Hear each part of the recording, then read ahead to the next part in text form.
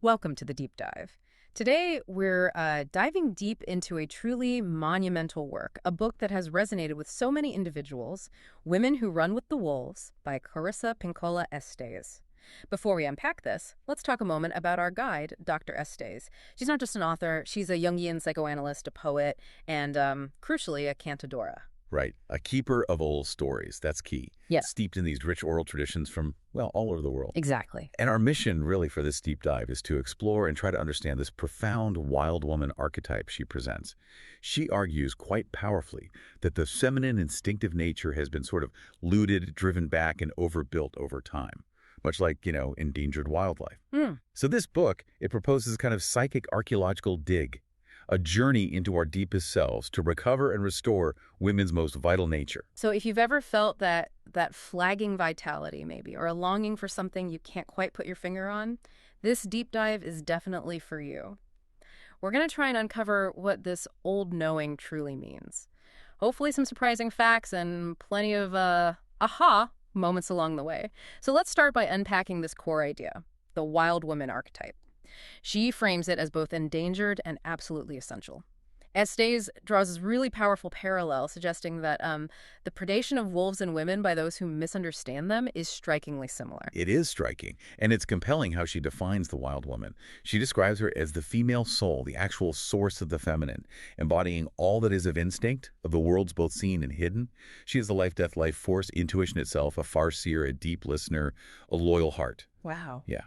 The core insight here is that this primal essence, it isn't just some mystical idea, it's the raw, intuitive intelligence within us. It guides creativity, resilience. It's often suppressed, sure, but she argues it's always recoverable. She encourages us to remain multilingual, fluent in the languages of dreams, passion, poetry. Ultimately, she's the mucky root of all women. The mucky root. I like that. So what happens when this vital connection is, well, severed? What are the practical signs someone might be experiencing a loss of this wild force within? Well, when our relationship with this deep, instinctual psyche gets disrupted, it manifests in very specific ways. Estés uses what she calls women's language to describe them. Think of symptoms like feeling extraordinarily dry, fatigued, frail, depressed, confused, gagged, muzzled, unaroused. That's quite a list. It is. She also talks about feeling frightened, halt, or weak, without inspiration, without animation, without soulfulness, without meaning, or shame-bearing, chronically fuming, volatile, stuck, uncreative, compressed, crazed. These are all indicators, really, that this deep, intuitive part of ourselves is suffering. It definitely sounds like reclaiming this old knowing is long overdue. Okay, so from this sense of loss, Estés takes us on a journey of recovery, and this next concept, I think, really illustrates that. She introduces La Loba, the bone woman. She sings over the bones to bring life back to what was lost. What does her work teach us about resurrection, about renewal? La Loba's work. It's presented as a miracle story, really. A resurrection story about the underworld connection to wild woman. And it promises that by singing the song, literally or metaphorically, we can call up the psychic remains of the wild soul and sing her into a vital shape again. Sing her into shape. Yeah. The practical takeaway is that even when things feel completely dismantled, broken down, there's this indestructible life force. Like the dismantled skeleton that lies under the sand, it can be brought back to life. This journey takes us to what the book calls El Río Abajo Río. The river beneath the river world. Right. The river beneath the river world. A powerful metaphor, it seems, for our deep unconscious. Estés explains that the bone woman home place holds direct knowing about seedlings, root stock, the seed corn of the world. For women, this is la luz de la vida, the light of life located in los ovarios, in the ovaries. And for men, los cojones, the testicles. Essentially, yeah. The core idea is that to have the seed means to have the key to life. It's about that core vitality. That inherent potential. Exactly. Taking a broader view, this concept speaks to the life-death-life mother cycle. It's fundamental. It suggests that any havoc can be repaired, devastations can be resown. It offers immense hope, really, even in what might feel like desert lives that seem very small on the surface but are enormous under the ground. La Loba shows us that a small, brave house is always waiting for you, holding precious things deep within yourself. That is incredibly powerful. And the good news, as Estés says, is that all one might need, all that we might ever need, is still whispering from the bones of story. And that really feels like hope for us all. It does. Okay, so we've explored finding our wild voice with La Loba, but then Estes warns us about these internal forces that try to silence it. This comes through vividly in the darker, but equally illuminating tale of Bluebeard. Right. She says this isn't just some grim fairy tale. She uses it to symbolize the natural psychic predator. Yeah, the one that twists and tangles us up as though by magic, keeping us from knowing what we know. Keeping us from knowing what we know. That's interesting. It is, and it's compelling how she points out that women often unconsciously strengthen this psychic barrier or sentry within themselves, that inner voice, the one that discourages us or maybe others from thinking or diving too deeply, that fear that you may get more than you bargained for. Like a kind of self-sabotage by avoiding truth. Precisely. The wife in the story, though, she undergoes this powerful transformation. From naive to cunning, she pleads for time to compose herself. In other words, time to strengthen herself for the final battle. Exactly, and that applies so directly to real-life escapes, doesn't it? From destructive patterns or relationships or even jobs. Absolutely. So the natural question becomes, how do we fight back against this internal predator? Estes says a woman must practice calling up or conjuring her contentious nature, her whirlwind, dust devil-like attributes, that fiery part. Okay. And the source says, without the eyes of the sisters, which represent our wiser inner aspects, our discernment, and the muscle of the sword-wielding brothers, those parts of the psyche trained to act decisively, she can't fully succeed. She can't solve the interior woman killing, her loss of libido, the loss of her passion for life. So it's about integrating these different inner parts. Yes. And the Bluebeard story, in this context, is really about transforming 4 shadowy interjects. Interjects? Yeah, those internalized beliefs or voices, often negative ones, that we adopt from our past. We act as if they're our own. Okay. Specifically the ones that lead to having no integrity of vision, no deep insight, no original voice, and no decisive action. Got it. So the key takeaway from this tale is that consciousness is the way out of the box, the way out of the torture. That's the heart of it. Taking a broader view, ignoring this internal predator just makes it increasingly and deeply hateful and jealous. It develops a desire to silence the woman forever. Transforming those 4 interjects is what truly sets us free. Let's move to Vasilisa then. This is a tale about the profound blessing on women's power of intuition from mother to daughter. This power, described as lightning-fast inner seeing, inner hearing, inner sensing, and inner knowing. It's something she says we all possess, whether we realize it or not. Yes, and Jung once remarked, that nothing was ever lost in the psyche. Similarly, Estes argues this well of women's instinctual intuition has never been lost. Whatever is covered over can be brought back out again. The stepmother and stepsisters in the tale, they represent those undeveloped but provocatively cruel elements of the psyche, or what we might call shadow elements. The shadow. Where our gifts might be pushed into the dark, hidden there and waiting to be discovered. Vasilisa faces this tormenting tension that I think resonates deeply with so many of us. This idea that to be ourselves causes us to be exiled by many others, and yet to comply with what others want causes us to be exiled from ourselves. That's a core conflict, isn't it? It really is. The choice, though difficult, becomes clear. You have to choose the self. And one key aspect that stands out here is the symbolism of Vasilisa's doll. It represents La Vidacita. La Vidacita. The little instinctual life force that is both fierce and enduring. It emanates holiness and mana, a kind of spiritual power or presence. Okay. Estes also describes this too nice over-adaptation in women. It's often driven by a fear of being found unnecessary.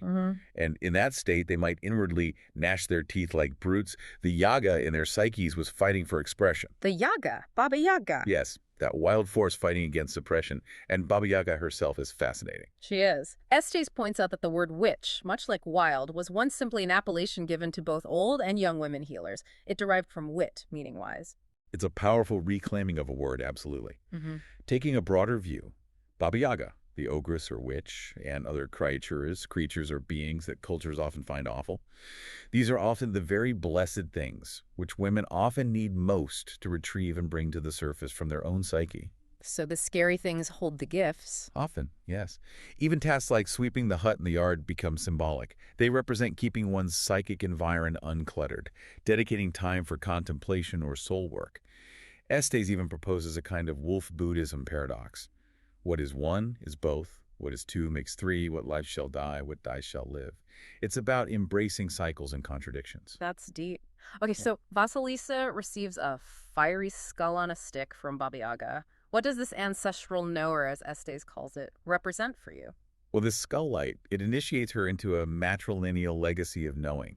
It allows her to clearly see all sides of ourselves and others, both the disfigured and the divine, and all conditions in between. Seeing clearly. Yes. And it highlights the critical importance of mindful choosing of friends and lovers, not to mention teachers. Choosing those who support the creatura in you, the wild thing, helping you stay conscious, remaining intuitive, remaining in charge of the fiery light that sees and knows. She contrasts making choices based on what's merely on display, the superficial stuff, versus asking your inner self, really asking, what am I hungry for?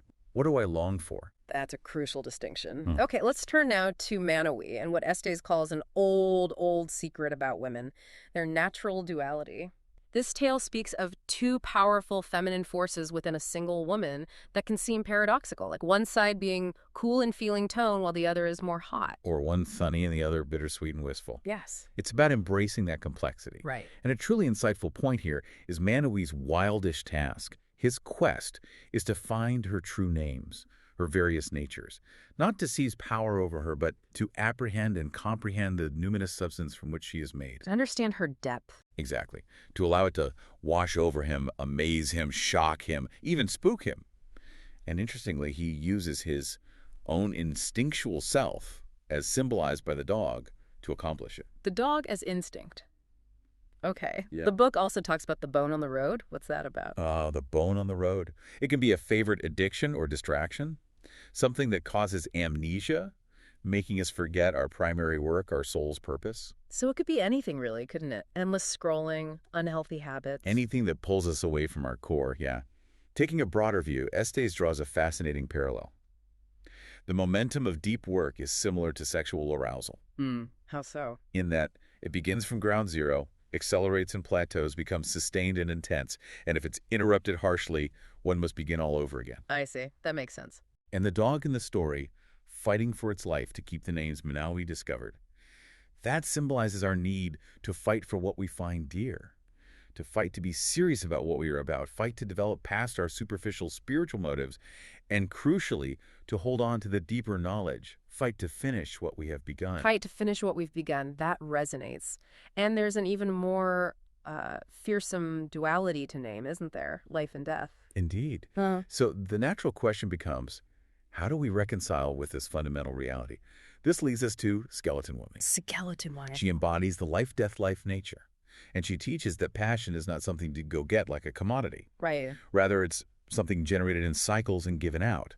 And through facing this cycle, we learn that a shared living together, through all increase and decrease, through all endings and beginnings, is what creates an unparalleled devotional love. Wow.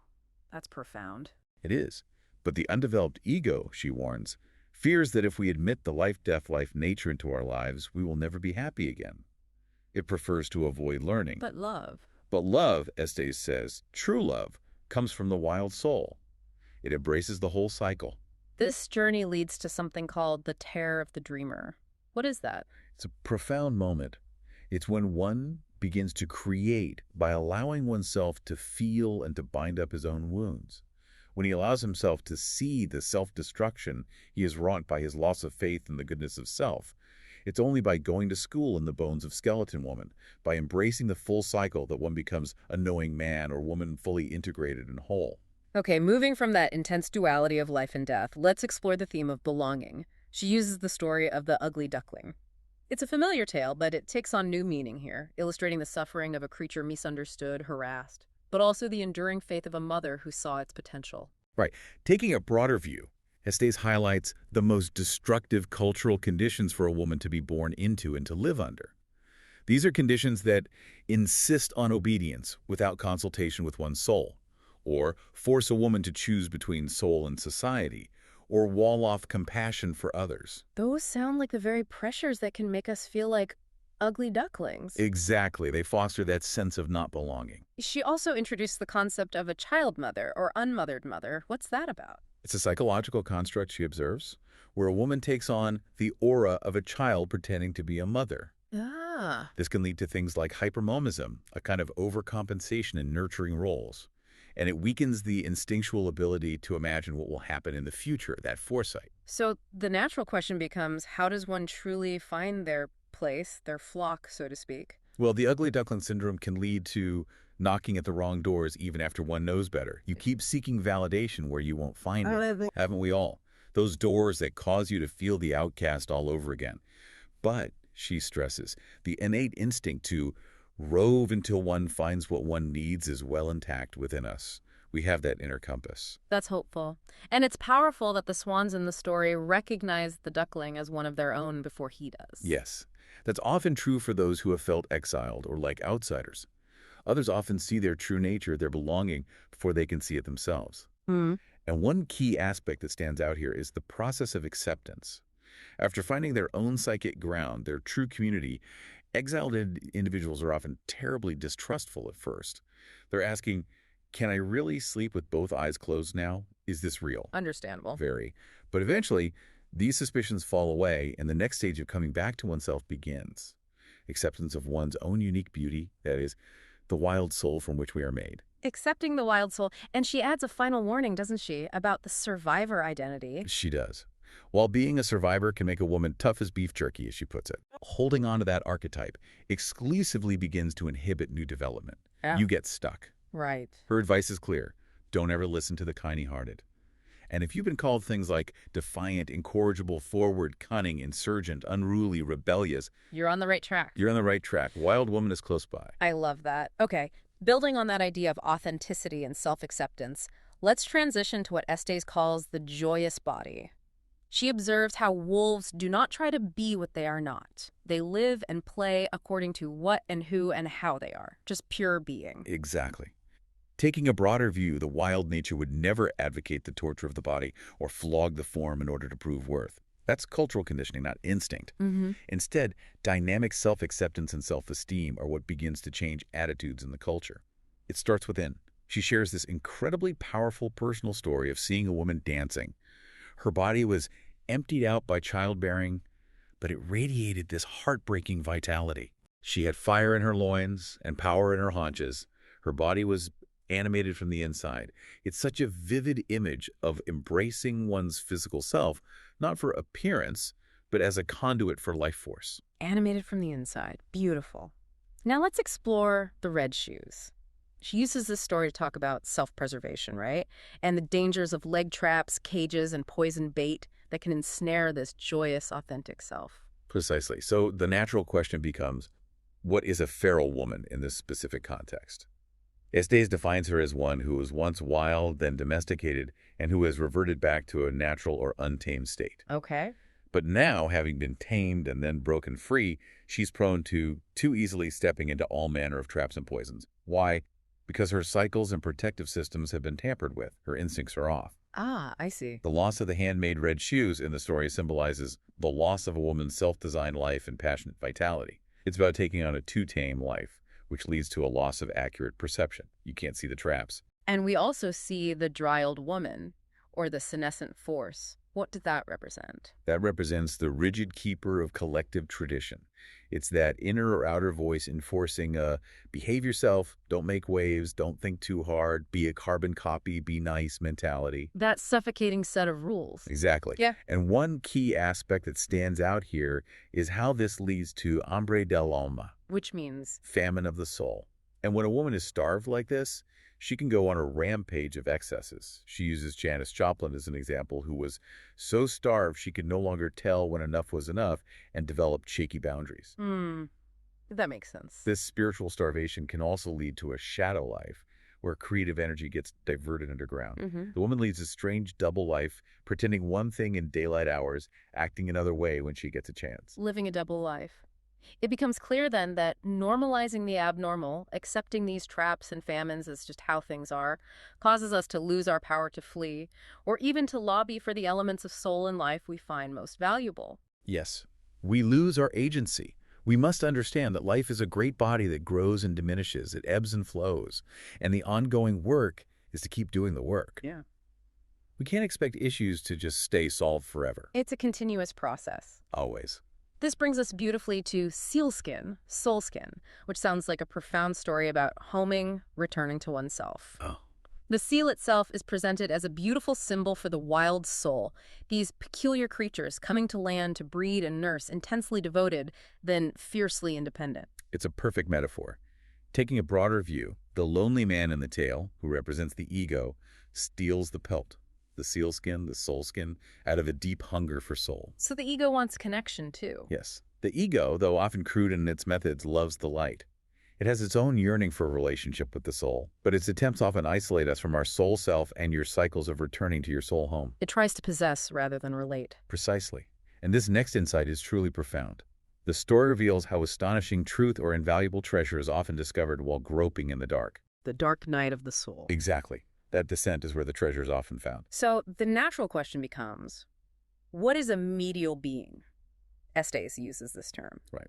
In the story, the seal woman takes her child, Uruk, to the underwater home, her soul home, and she breathes her special kind of animation into him. This transforms him into a medial being, one who is able to bridge both worlds. He's not wholly ego, not wholly soul, but a dynamic integration of both. Bridging the worlds. Yes. He learns that to come close to the soul mother's creations is to be filled with her. It's about connection, not possession. This connects to what she calls a modern woman's ulu, or knife. What does that symbolize? The ulu symbolizes insight, her willingness and ability to cut away the superfluous, discernment, Okay. and her fire-making represents her ability to rise from failure, to create passion in her own behalf, to burn something to the ground if necessary, her power to transform. Right. Her stone carvings embody her memory of her own wild consciousness, the tangible connection to her deep self. Powerful symbols. Very. And the Inuit have a saying that the breath of a god and the breath of a human together make a song. Beautiful. This idea shows that contacting these tools of psychic strength fills us with pneuma, a sacred wind for singing. It animates us. This is how we return to the clacking world, as she calls everyday reality, especially if we've been isolated in that soul journey. Suddenly, people, machines, and other objects have a slightly unfamiliar cast to them. Like seeing with new eyes. Exactly. After this reentry, we are fueled by the energy we gathered on our journey to home.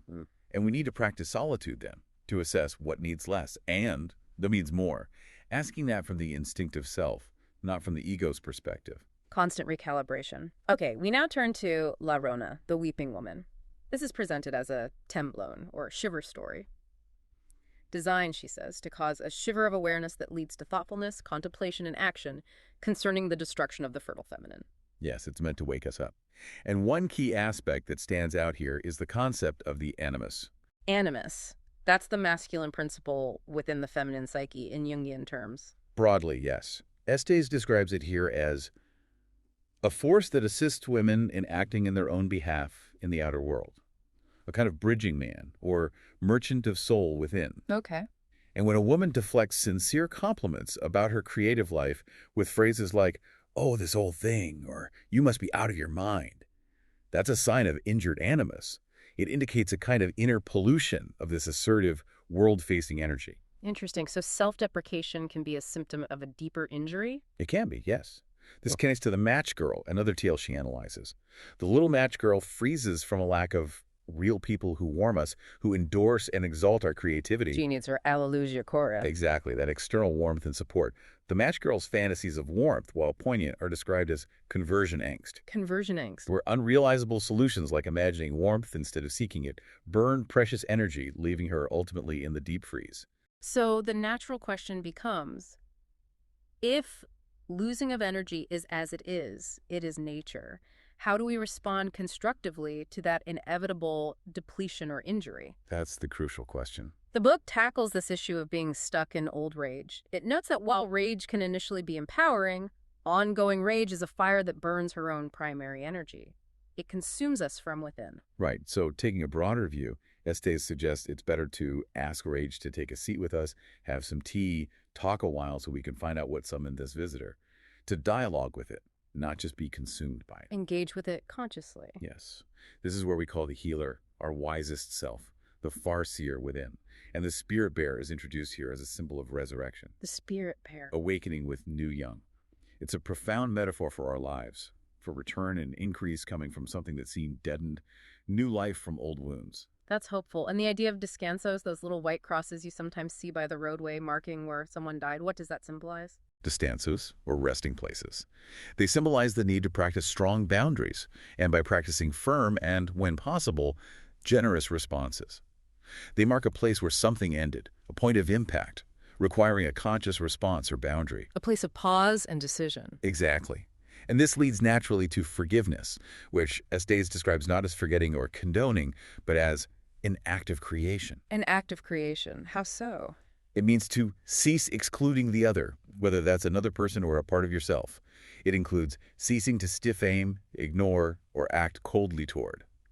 And she provides very practical framework. Do you decide how to forgive? Is it for now? Is it forgive till then? Is it forgive till the next time? Or maybe forgive but give no more chances?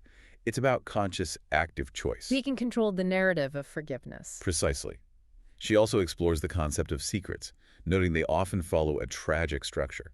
Shameful secrets act like a constant 5e drip of anesthetic that numbs far more than the area at issue. They deaden our vitality across the board. Wow, an IV drip of anesthetic. That's a powerful image. It is.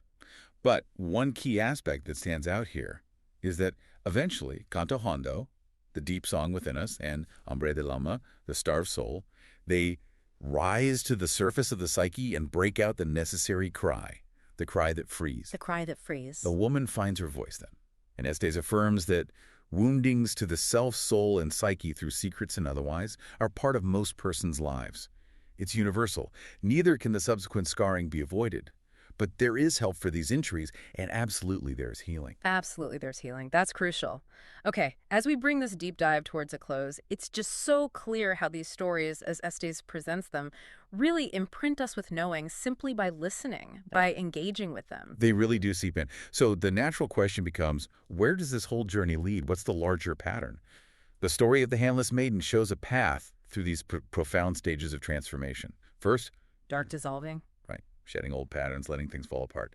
Then rubedo. It's a sacrificial stage. Yes, a phase of conscious letting go, often painful. And finally, albedo, a brilliant resurgence, a whitening or purification. This leads to the naked self emerging as a powerful wanderer, whole and self-possessed. And the king figure in that story. The king, representing the animus, the inner masculine principle, undergoes an empathic replay of the maiden's arduous journey. He has to transform too, to become an equal partner to the maiden and child self, the reborn innocence, and unite with the old mother, the wise mother archetype within. It's about inner integration for both aspects. This cyclical nature feels incredibly powerful. The book suggests a woman goes through this kind of transformative cycle roughly once every 7 years. Yes. The first time very faintly, and usually one time at least, very hard, and thereafter in a rather memorial or renewing sort of manner. So it keeps repeating, but maybe less intensely over time. Or perhaps with more conscious awareness. The good news is, once you've experienced it, once you know the pattern, you can choose any or all tasks to renew your lives at any time and for any reason. You have the map. You have the map. I like that. And one key aspect that stands out as a final thought is this continuous journey of reconciliation with the wild. As the writer Opal Whiteley put it, the things that have been lost to women for centuries can be found again by following the shadows they cast. Following the shadows. And Estes concludes that we all dream the same dreams worldwide because ultimately all human beings are born gifted with this deep instinctual knowing. What really stands out to you from this whole deep dive into the wild woman archetype? I mean, this incredible work just reminds us that the instinctual nature within us is such a powerful, enduring force. It's capable of healing, transformation, profound creation. It really feels like a compelling call to reclaim what's been buried or lost in ourselves and maybe in the culture. Absolutely. Taking that broader view, the journey described throughout Women Who Run with the Wolves is clearly a continuous one. It asks us to remain vigilant, yes, but also deeply curious. It invites us to consistently ask ourselves that provocative question the wolf poses in one of Estes' stories. What is worth soul? What is truly worth the energy and attention of our deepest self? What is worth soul? A powerful question to end on. Thank you for joining us on this deep dive. We really hope it sparks further reflection and discovery in your own life.